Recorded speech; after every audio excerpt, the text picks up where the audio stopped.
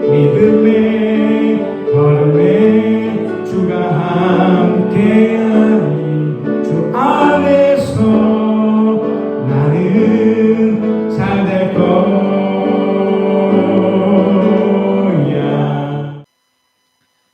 목에서 생각 257번째. 현재 진행되고 있는 우리나라 전체 상황을 보며 2025년 9월 14일 현재 우리가 마주하고 있는 여러 정치적 상황과 더불어 미국 내 한국인 불법 체류 문제와 그에 따른 강제 조치를 어떻게 영적으로 이해해야 할지 최근의 설교적 입장에서 나누고자 합니다. 첫 번째, 미국 불법 체류 문제와 신앙인의 시각. 캘리포니아에만 한국인 경우 약 5만 8천 명의 불법 체류자가 거주하고 있고 최근 조지아주 현대 전기차 공장에서 실시된 대규모 이민 단속에서는 300명 이상이 체포되는 일도 있었습니다. 이는 외교적 갈등으로 이어졌고 한국에 체류하는 외국인의 불법 체류 문제도 비슷한데 여기 가장 위험한 것은 특정 나라에 대한 맹목적인 선입견입니다. 우리는 종종 미국은 세계에서 가장 잘 사는 나라이고 결국 우리를 도와줄 것이라는 생각을 합니다. 이러한 인식은 제2차 세계대전에서 일본이 미국에 의해 패망하고 한국전쟁에서도 미국의 주도로 휴전이 성립된 역사적 경험에서 비롯된 것입니다. 분명 미국의 희생과 역할이 있었지만 그것이 곧 한국과의 관계를 절대적으로 보장하는 것은 아닙니다. 그럼에도 한국은 오랫동안 미국을 맹목적으로 의지해왔습니다. 일부 극우 기독교 세력은 미국을 우상화하기까지 했습니다. 한국 기독교가 미국 선교사들에 의해 전래되었고 빌레그레암 목사와 같은 인물들이 들의 영향으로 미국에 대한 선호가 강해졌기 때문입니다. 저 역시 작게나마 유학을 경험했지만 많은 목회자들이 미국에서 배운 것을 한국에 전파하는 현실을 보았습니다. 특히 트럼프 정부 시기를 거치며 이런 현상은 더욱 강화되었습니다. 그러나 이러한 미국 우상화는 실제로 아무런 도움이 되지 않을 뿐만 아니라 불법 체류 문제처럼 오히려 부정적인 결과를 낳았습니다. 미국은 자국 우선 정책을 펼치며 이제는 불법 체류에 더 이상 눈 감지 않습니다. 문제는 우리가 그 현실을 보지 못하고 미국에 기대며 불법조차 관대히 여겨달라는 식의 태도를 보였다는 것입니다. 하나님께서 한국을 구하실 때 미국을 사용하신 것은 분명하지만 그 구원 자체가 미국의 힘에서 비롯된 것은 아니었습니다. 우리는 그저 겉으로 드러나는 것에 현혹되었던 것입니다. 하나님은 지금 이 우상을 깨뜨리시고 공의를 바로 세우기 위해 심판과 같은 과정을 허락하신 것입니다. 이 정치 상황과 권력 남용에 대한 하나님의 심판, 현 정부는 얼마 전까지도 전임 정부로부터 극심한 압박을 받았습니다. 현 대통령은 무려 7번의 재판, 376회의 압수수색, 그중 실제 집행된 영장만 36건에 달하는 수사를 받으며 언론과 사회적 공격에 시달렸습니다. 당시 권력은 그를 괴물로 몰아붙이며 권력 유지를 꾀했지만 결국 뜻대로 되지 않았습니다. 최고 권력 기관이 법기술을 동원해 억울한 상황을 만들어냈으나 하나님은 공의로서 그 결과를 되돌리셨습니다. 그렇게 괴롭히던 세력이 오히려 몰락의 길로 들어서고 있으며 반드시 책임을 지게 될 것입니다. 이는 마치 이스라엘을 멸망시켰던 바벨론이 다시 페르시아에 의해 무너진 역사와도 같습니다. 권력을 남용하고 오용하면 반드시 그 대가를 치르게 됩니다. 하나님은 심판의 방식으로 그 과정 하나하나를 계산하고 계십니다. 3. 신앙인의 자세와 우리의 역할. 이 모든 상황 속에서 우리는 두 가지 사실을 기억해야 합니다. 첫째, 법은 질서를 위해 반드시 필요합니다. 그러나 동시에 자비와 상대에 대한 이해 역시 함께 해야 합니다. 하나님께서는 인간의 악을 막기 위해 심판의 법을 두셨지만 예수 그리스도의 대속의 은혜를 통해 다시 기회를 주셨습니다. 둘째, 권력과 나라의 운명은 결국 하나님 앞에 서게 됩니다. 그러므로 우리는 인간적 어리석음을 내려놓고 겸손과 책임감을 회복하여 정의와 사랑이 함께 어우러지는 건강한 사회를 세워가야 합니다. 진정한 치유는 하나님 한 사람이 바로 설 때 시작됩니다. 신앙인으로서 우리는 정의와 사랑, 공의와 자비가 함께하는 길을 걸어갑시다. 요한계시록 11장 11절로 14절입니다. 그러나 사흘 반이 지난 뒤에 하나님에게서 생명의 기운이 나와서 그들 속으로 들어가니 그들이 제 발로 일어섰습니다. 그것을 목격한 사람들은 큰 두려움에 사로잡혔습니다. 그 두 예언자가 하늘로부터 자기들에게로 이리로 올라오노라 하는 큰 소리가 올려오는 것을 듣고 구름을 타고 하늘로 올라가니 그들의 원수들이 그것을 지켜보았습니다. 바로 그때 큰 지진이 일어나서 그 도시의 10분의 1이 무너졌는데 그 지진으로 사람이 7,000명이나 죽었습니다. 그리고 살아남은 사람은 두려움에 쌓여서 하늘에 계신 하나님께 영광을 돌렸습니다. 둘째 재난은 지나갔습니다. 그러나 이제 셋째 재난이 곧 닥칠 것입니다. 여러분, 우리가 이렇게 신앙생활을 합니다. 눈에 보이시는 하나님이 나름대로 다 평가를 하시거든요. 뭘 가지고 평가를 할까요? 일단 신앙인이 가지는 일반적으로 세 가지 행동이 있습니다. 여러분도 다 아는 내용이고 너무 익숙해서 너무 뻔한 이야기지만 일단 이런 모임을 잘 참석하는 거죠. 꼭 또 이렇게 잊어버려도 요즘은 유튜브 시대고 영상 시대이기 때문에 영상이 녹화된 것을 언제든지 다시 볼 수 있죠. 그러니까 하나님의 말씀을 듣고 읽을 수 있는 것이 이제 신앙의 첫 번째 자세죠. 그리고 이제 두 번째는 이제 믿음의 이 동역자들끼리 서로 나누는 거죠. 특별히 어떤 비밀스러운 것은 정말 지켜주면서 서로를 위해 격려하고 응원하고 기도해주고 그런 모임 속에서 또 목사님 저와 이렇게 소통하는 거죠. 일단 무소식 이소식입니다. 그럼에도 한 번씩 이렇게 연락을 주셔서 목회자인 저도 여러분을 기도해 드리고 또 여러분도 저 위해서 또 기도하시고 이렇게 소통하는 거, 이게 신앙인의 그분 좋은 자세고, 세 번째는 표현이죠. 헌금이나 또 힘들고 어려운 분들을 향해서 우리가 작지만 흘려보내는 거. 물론 이 액션의 이것은 다 스스로 다 결정하시면 되는 거지만 이런 것들이 유기적으로 펼쳐져야 되죠. 그런데 여러분, 이 신앙인의 이 일반적으로 드러나는 이 모습에 조금이나마 문제가 있으면 일단 사람을 속을 수 있지만 하나님은 어떨 것 같습니까? 분명 우리가 이제 성경에서 말했던 것처럼 어떤 심판의 중후일이 펼쳐질 수밖에 없어요. 거기에 또 하나는 신앙인들의 그 중심의 마음입니다. 그러니까 참여도 잘하시고 함께 잘 어울리기도 하시고 또 헌금 생활도 나름대로 잘 하실 수는 있는데 거기에 이 중심, 그 마음이 진심이 담겨 있어야 되고요. 거기에 감사와 또 순종의 마음과 기꺼이 하는 그 마음이 담겨 있어야 되는데 하긴 하는데 그 마음 가운데 억지로나 함부로나 또 못된 마음이 그 속에 살아 있으면, 그 속에 있으면 하나님을 그러니까 인간을 속을 수 있을지라도 하나님 아시거든요. 역시 심판의 증후를 펼쳐줄 수 있습니다. 여러분, 신앙인도 마찬가지지만 하나님을 모르는 사람도 똑같습니다. 정말 드물지만 정말 이 땅을 열심히 최선을 사는 사람도 있거든요. 거기에 그 마음 가운데 비록 하나님을 알더라도 심지어 자기 가족에게도 이렇게 소중한 마음을 흘러보낼 수만 있으면 괜찮습니다.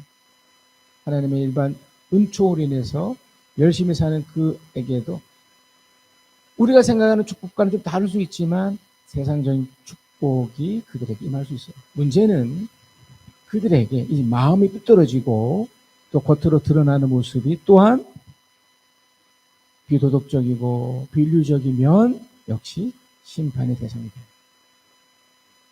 저는 지금 이 서두에 하나님이 왜 심판하는지의 그 당연한 원리들을 말씀드렸습니다. 하나님은 당신의 심판을 진행하실 때 분명한 이유가 있죠. 하지만 그 심판은 단순히 심판으로 끝나는 것이 아니고 엄청난 기회가 그 속에 담겨 있습니다. 심판은 과정에 의한 심판이 있고요. 또 최종 심판이 있습니다. 최종 심판은 말 그대로 각 개인으로 따지면 말 그대로 종말이죠. 이제 끝이 나는 게 죽음으로 끝이 나는 것. 더 이상 살지 않기 때문에 다시 기회 얻을 방법이 없습니다. 그리고 최종 심판은 하나님 앞에서 최종 결정을 받는 거예요. 천국이냐 지옥이냐. 그것이 사실은 이 땅 가운데서 어떻게 사느냐로도 평가가 되지만 이 모든 것들이 다 심판의 속성입니다. 지금 여러분 요한계시록 이 상황 속에 7번째 봉인이 띄어지면서 6번째 나팔이 불려주고 있는 중입니다.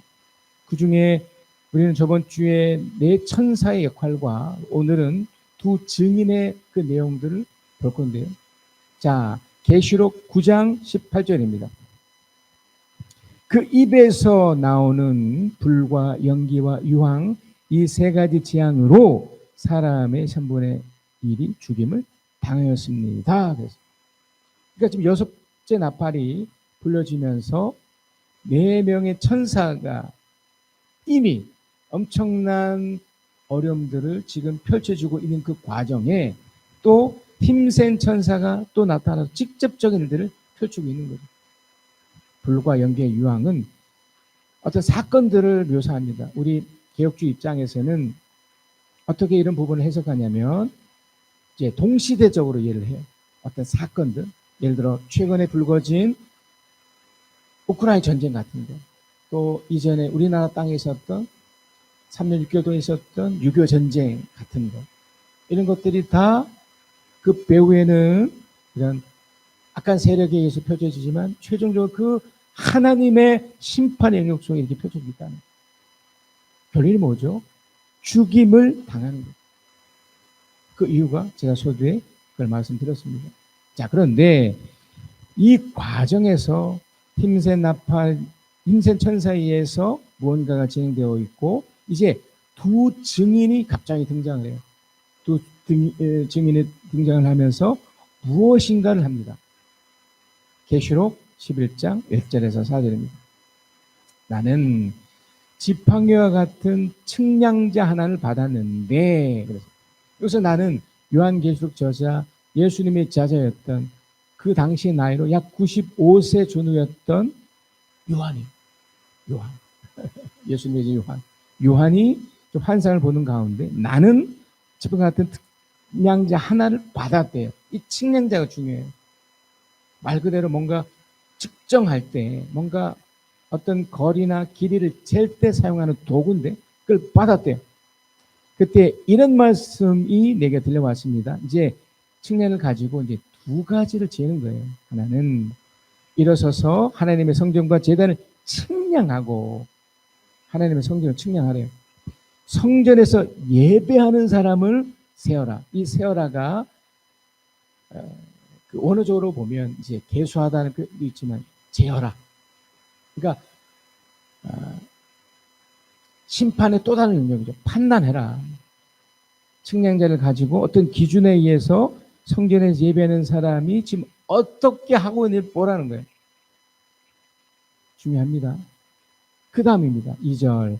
그러나 그 성전 바깥들은 측량하지 말고 어떻게 보면 놔둬라. 내버려 두어라. 그것은 이방 사람들에게 내주었기 때문이다.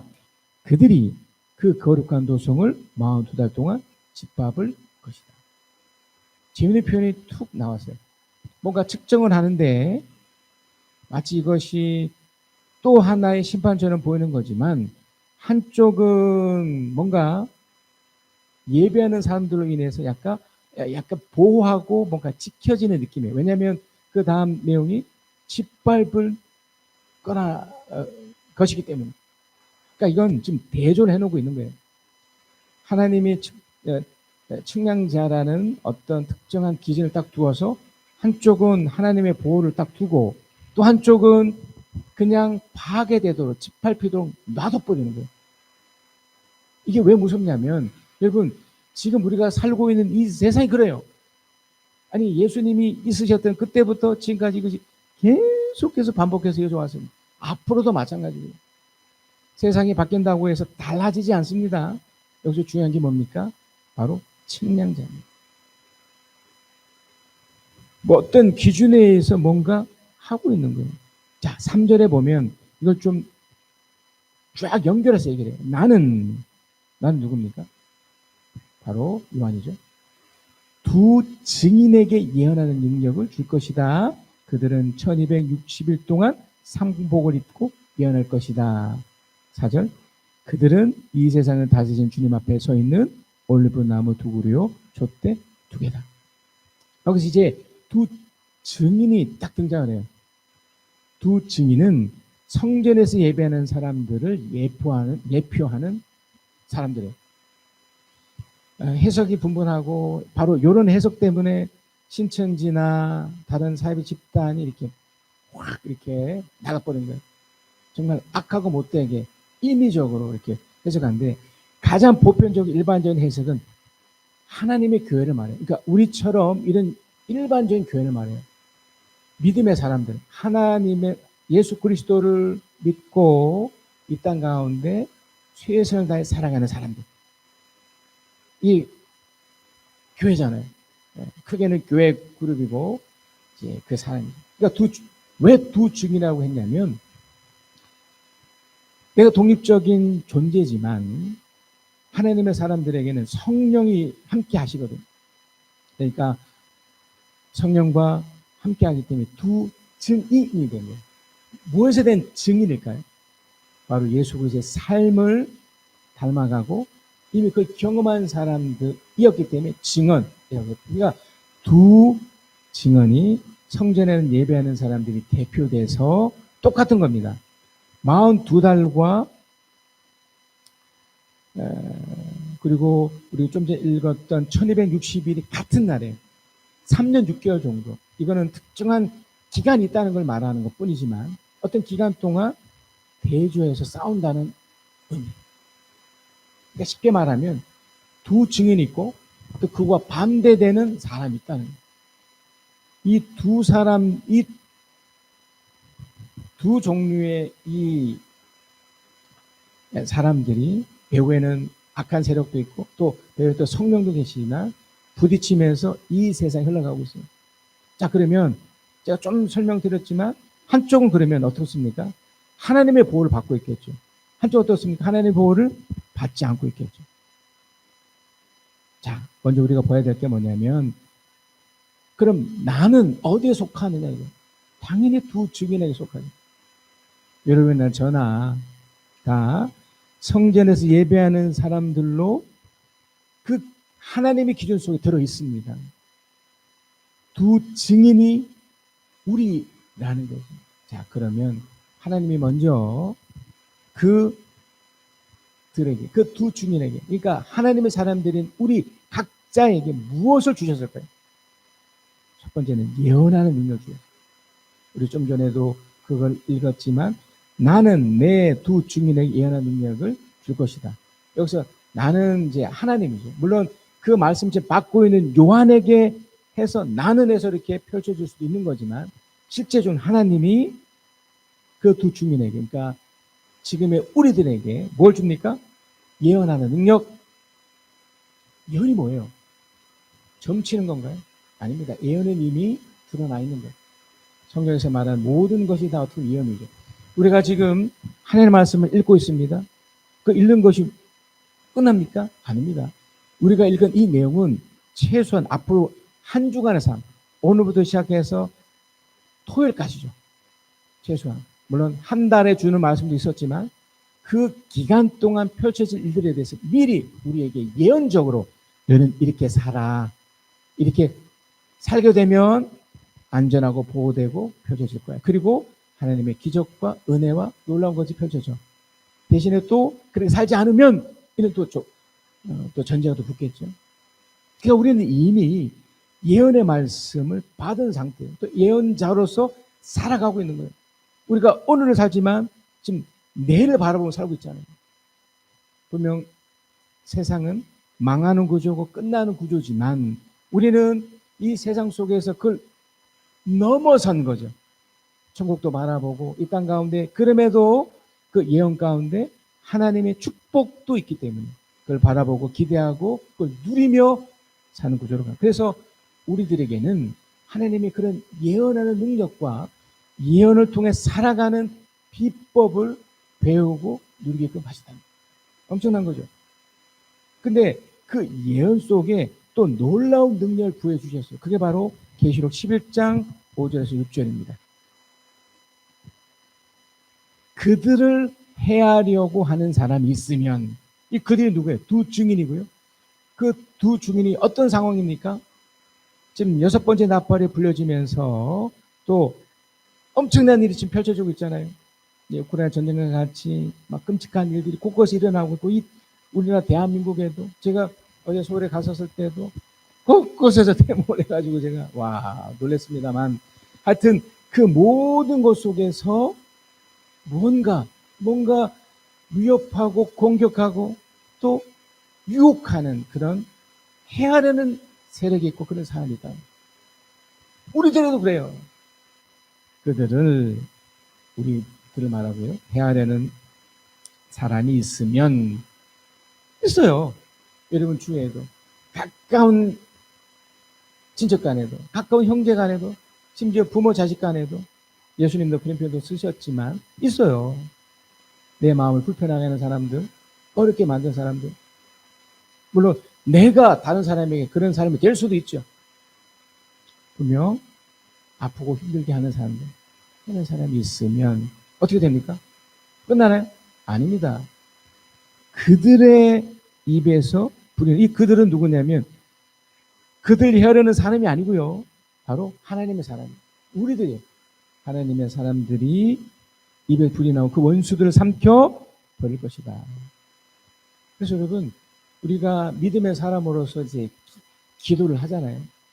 또 하나님의 도우심을 받아 그런 반대적인 세력에 의해서 내가 어려움을 당할 때 펼쳐지게 되어 있어요.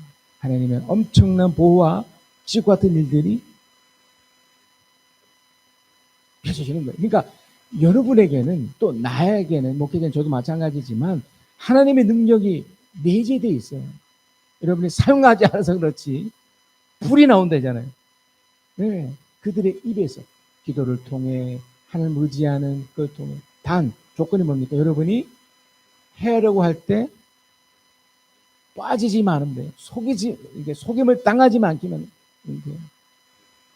최근에 제 아는 지인도 이 도박에 빠져가지고 못 헤어져나옵니다. 그러니까 나만큼은 그런 것에서 헤아려는 거잖아요.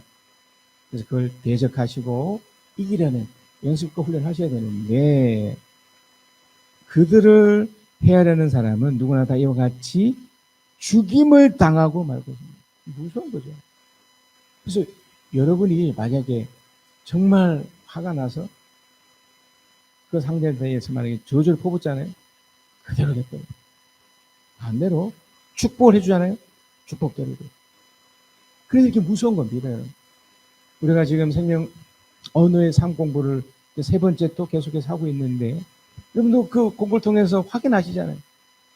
하나님 말씀으로 지었잖아요. 이 말이라는 게 우리에게 주었던 능력 중 하나예요. 제가 목회자로서 저에게 맡겨준 약 50여 분의 이름 불러가며 기도했지 않습니까? 매일 하고 새벽마다. 예. 불을 그렇게 기도할 때마다 이 말이 주는 능력 때문에 더 강력하게 기도합니다. 주님, 잘 되게 해주시옵소서.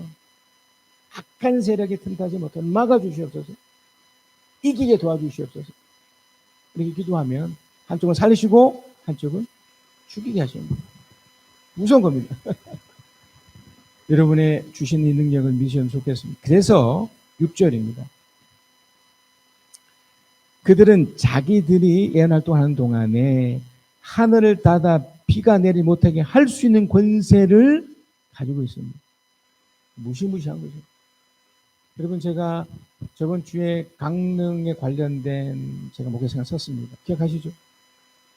이번 주, 그러니까 한 주가 되지 않아 쓰고, 그죠? 거의 한 주가 되지 않아 지금 강릉에 큰 비가 다행히 내렸습니다.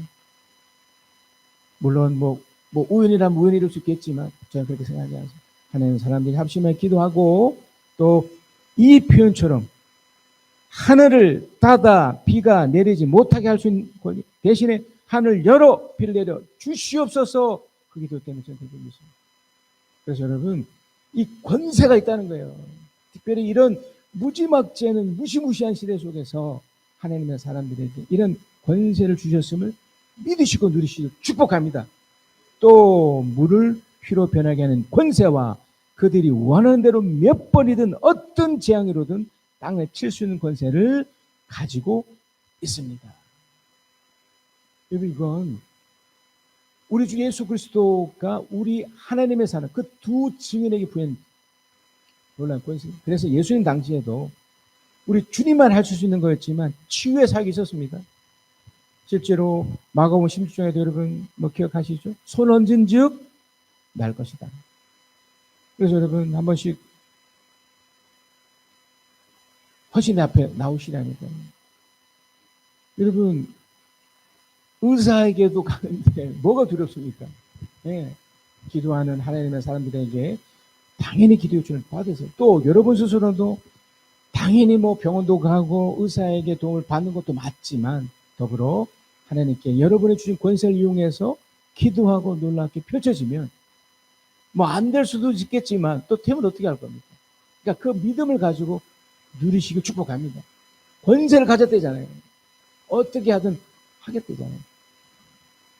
자, 그래서 여러분 두 증인의 역할이면서 하나님의 놀라운 일들이 부여받은 하나님 사람들에게 집행하세요.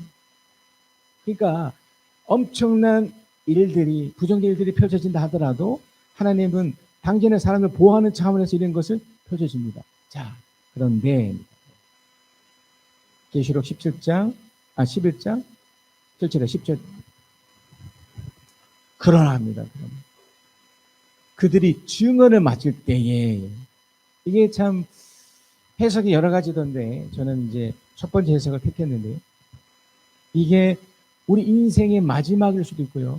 또는 우리의 어떤 하나님의 그 역할 속에서 최선을 다하기까지인데 그렇지 못할 때도 있잖아요. 우리 주님도 나름대로 인생 30세입니다. 33세, 30에서 33세 때 우리 주님이 딱 십자가를 억울한 죽음을 딱 당하셨는데 그때도 비슷했죠. 증언을 마칠 때. 그러니까 무언가 우리의 소명과 사명이 끝날 때쯤 이게 우리 수명이 다하거나 또는 우리에게 좀 부정적인 것에 대해서 내가 좀 좋지 못하게 되었을 때 물론 하나님이 갑작스럽게 하나님의 사람들을 이렇게 데려가시기도 해요. 특별한 경우들은. 그래서 초대교회 때 그 당시에 이제 복음에 이렇게 전파되는 그 과정에서 엄청난 순교자들이 생겼잖아요. 그러니까 여러 가지 해석이 가능하지만 가장 일반적인 해석 바로 이 부분이죠. 우리 소명이, 그러니까 우리 수명이 다하거나 또는 우리에게 주어진 것들이 다 끝날 때쯤 뭔가 하나님의 사람으로서 야 이제 끝이 되지 않을까. 뭐 저를 예를 들자면 제가 지금 50대 중반인데 저는 한 60대 중반 정도까지 한 10년 정도 생각합니다. 아마 그 정도까지 증언이 마칠 때까지 목사적 사명이 이 정도까지는 되지 않을까. 물론 하나님이 결정하셨겠지만 제 나름대로 어떤 계획이죠. 뭐 아닐 수도 있겠지만 마칠 때 무언가 한 텀이 끝날 때 이 뜻입니다. 어떤 일이 생기냐면 아비소스에서 올라오는 짐승이 그들과 싸워서 이기고 그들을 죽일 겁니다. 여기서 그들이 누구냐면 바로 두 증인 우리들이에요. 이것에 대한 해석이 여러 가지 있을 수 있지만 그러니까 우리가 세상에 억울하게 당할 수 있잖아요. 그러니까 이걸 감안한 거예요. 단 조건이 뭡니까? 증언을 마칠 때입니다.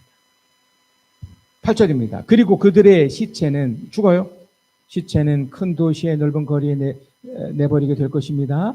그 도시 영적으로 소돔 또는 이집트라고 하는데 곧 그들의 주님이 십자가에 달리신 곳입니다. 그러니까 우리가 예수님처럼 똑같은 취급을 받게 돼요. 여러분의 믿음으로 더 열심히 살수록, 그래서 하나님이 기적과 엄청난 힘이 더 나타나면 나타날수록 그 반대 세력도 달려있습니다. 우리 이렇게 생각해요. 세상이 복음화되면, 세상이 기독화되면 사는 바뀔 것이다. 착각 중에 착각입니다. 예수님이 그 당시에 성자로서 그 땅 가운데 있었지만 그 마지막 때 어떻게 했으면 전부 다 예수님을 다 버리거든요. 불과 한 주 전입니다. 한 주 전에 호산나 호산나 하면서 예수님을 그렇게 높이던 그들이 불과 며칠 사이에 또 다른 속임이 있긴 했지만 그 기득권을 가진 사람들의 부추김 때문에 십자가에 죽여버리라고. 예수님은 무슨 짓을 했는데? 아무 짓도 안 했는데 결국 죽임을 당했잖아요. 우리도 비슷해요. 여러분이 믿음으로 사시고 단 아까도 설명드렸듯이 증언을 맞을 때가 그게 수명을 다하든지 어떤 텀에 의해서 까지 가기 전에 엄청난 것이 분명히 펼쳐지지만 분명 외적으로 또 다른 공격이, 그래서 여러분이 심각하게 타격받을 수 있다. 예수님이 십자가에 달리신 곳입니다. 9절. 여러 백성과 종족과 언어와 민족에 속한 사람들이 사흘 반 동안 그 두 예언자의 시체를 볼 것이며 그 시체가 무덤에 안내되는 것을 허락하지 않을 것이다. 10절. 그리고 땅 위에 사는 사람들이 그 시체를 두고 기뻐하고 즐거워하고 서로 선물을 보낼 것입니다. 그것이 두 예언자가 땅 위에 사는 사람들을 괴롭히기 때문입니다. 하나님의 사람이 워낙 멋지게 살고 너무 괜찮게 사니 질투하는 거죠. 배가 아픈 거죠. 그러다 보니까 마치 그 요백이 했던 것과 똑같습니다. 우리 주님이 했던 것과 똑같아요. 그러면 우리는 얼마나 억울할까요? 나름대로 수명을 다할 때까지 또 어떤 텀에 이르까지 하나님의 권세를 누리며 잘 지내다가 갑작스럽게 망하는 형국이 돼버리잖아요. 우리 주님도 갑자기 십자가에 달리셨으니까 끝나는 형국이 돼버렸잖아요. 이것으로 끝났을까요? 아니죠. 그래서 여러분 이걸 염두에 두셔야 돼요. 우리는 예언자잖아요. 미래를 보는 거잖아요. 분명 하나님의 축복과 하나님의 놀라운 기적을 우리는 누리며 살게 돼 있습니다. 반드시. 그러나 어떤 시점에 가서는 그 상대 쪽이 워낙 강력해서 마치 우리가 넘어지는 것처럼, 우리가 끝나는 것처럼, 심지어 죽음으로 인해 끝나는 것처럼 보이는데 그게 끝이 아니라는 거예요. 계시록 11장 7절에서 10절입니다. 그러나 사흘반이 지난 뒤에 하나님에게서 생명의 기운이 나와서 그를 속으로 들어가니 그들이 제 발로 일어섰습니다. 그것을 목격한 사람들은 큰 두려움에 사로잡혔습니다. 그 두 예언자가 하늘로부터 자기들에게 이리 올라오너라 하는 큰 소리가 울려오는 것을 듣고 구름을 타고 하늘로 올라가니 그 원수들이 그것을 지켜보았습니다.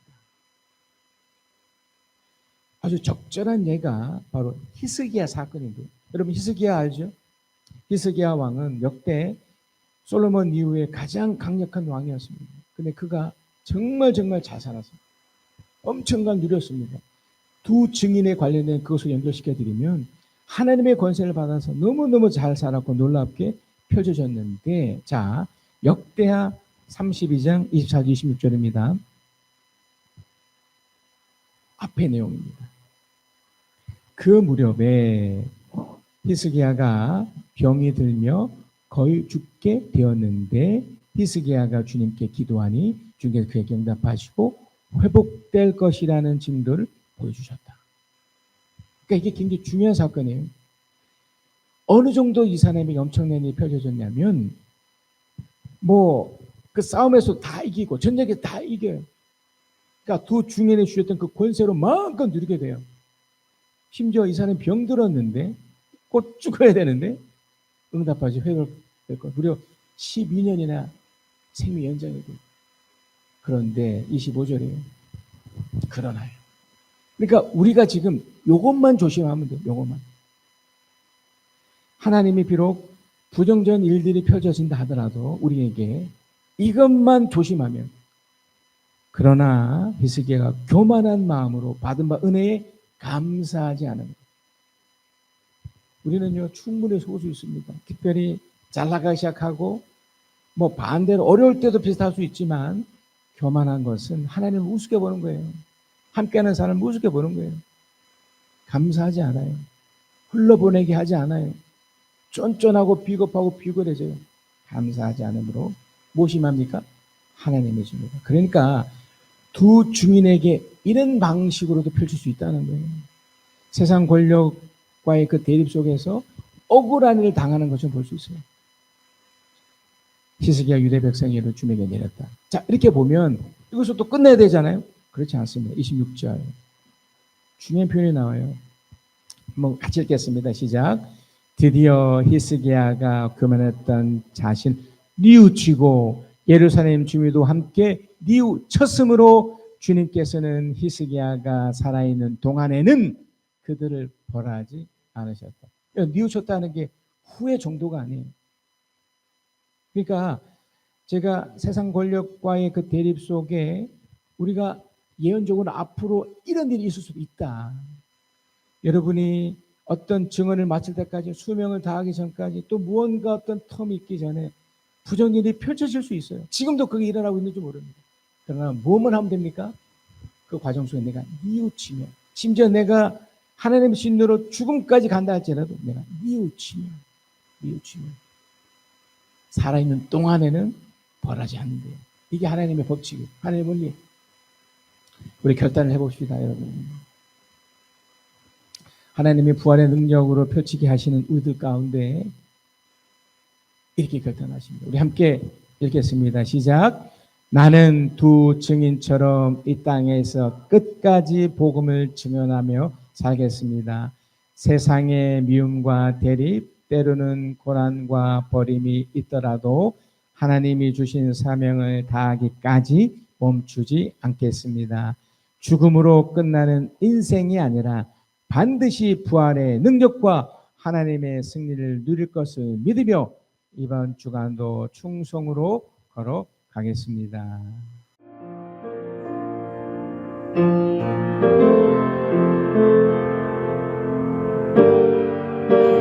걷고 있는 높은 언덕 아무가 없이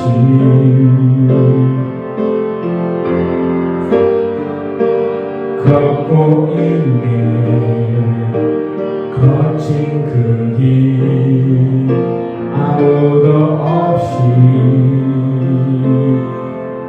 지친 발걸음 흐르는 눈물 온 땅을 적시네